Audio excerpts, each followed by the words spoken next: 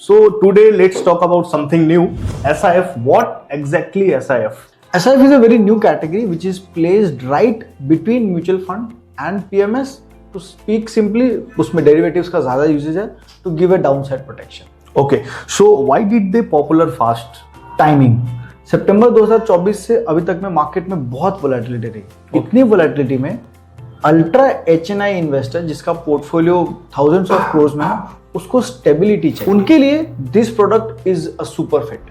But we already had a arbitrage funds, hybrid funds. So what was missing? This fund is product placed between arbitrage and hybrid. Arbitrage में equity 0%, ज्यादा से ज्यादा 5% return कमाओगे post tax post expense. Yes.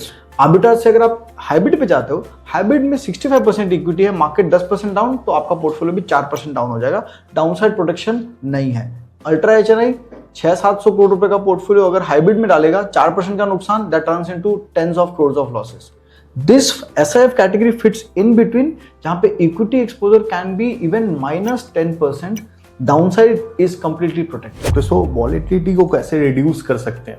Bye buying put at 95. Suppose आपने 100 रुपए का stock लिया, 95 rupees का एक पुट बाय कर लिया, 110 रुपए का एक कॉल आपने सेल कर दिया. कॉल और पुट के बीच का प्रीमियम आपने अर्न किया और आपका downside limited to 95, upside limited to 110. So return expectation क्या है? 8 से 10%. Okay. रिटर्न के 3 हिस्से हैं. एक around 40% of the portfolio will be into debt, जिससे आप लगभग 6-7% कमाओगे. Around 30-40% will be into arbitrage, जिसमें आप कॉल पुट के प्रीमियम के डिफरेंस में लगभग अराउंड 1% कमाओगे. And the remaining portion will be long exposure to equity, जिसमें the upside will be capped at like से 8 to 10%.